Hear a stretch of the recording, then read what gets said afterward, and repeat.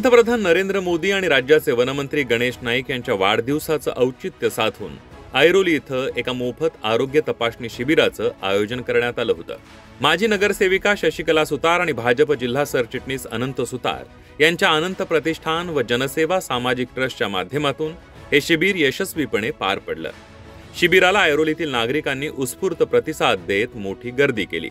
नेरूळ येथील डी.वाय. पाटील हॉस्पिटलच्या सहकार्यानं आयोजित या शिबिरात तज्ञ डॉक्टरांनी नागरिकांच्या विविध तपासण्या केल्या। यामध्ये जनरल मेडिकल, नेत्ररोग, त्वचारोग, स्त्रीरोग, बालरोग आणि रक्तदाब अशा अनेक महत्त्वाच्या चाचण्यांचा समावेश होता। डॉक्टरांच्या चमूने प्रत्येक नागरिकाची तपासणी करून योग्य तो आरोग्य सल्ला दिला।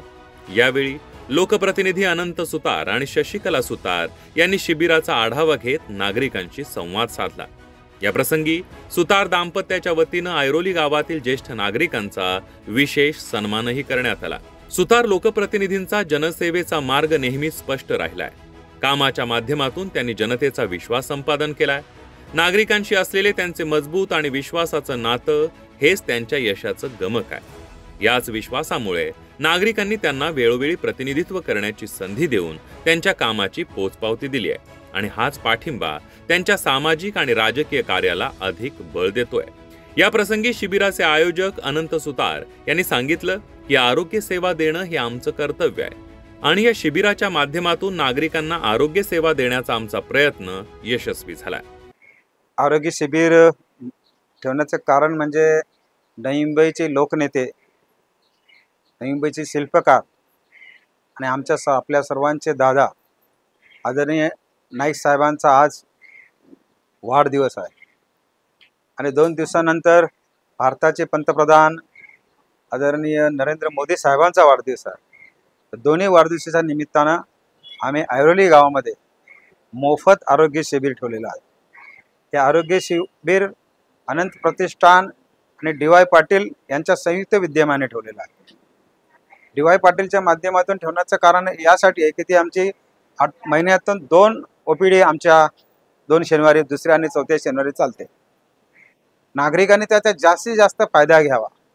आपल्याला जो आजार असेल त्या आजाराचे सगळे रिपोर्ट घेऊन यावेत आणि इथं रिपोर्ट दाखवून त्याची तपासणी करून घ्यावी। इथं आम्ही सगळे डॉक्टर आणलेले आहेत। इथे ECG सुद्धा केली जाते आणि याच्यानंतर सुद्धा याच्यातून तपासणीतून काही फरक पडणार नाही तर त्यांना हॉस्पिटलला डी.वाय. पाटीलला बोलवलं जाईल।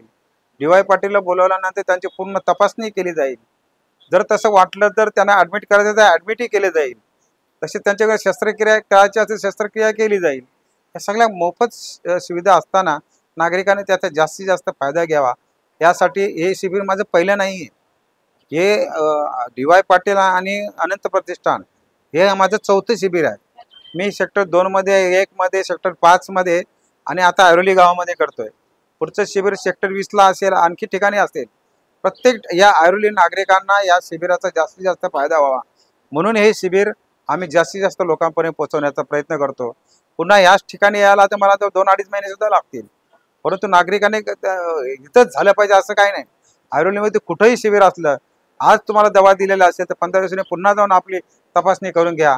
मोफत तुम्हाला पुढे तिथं दवा मिळेल।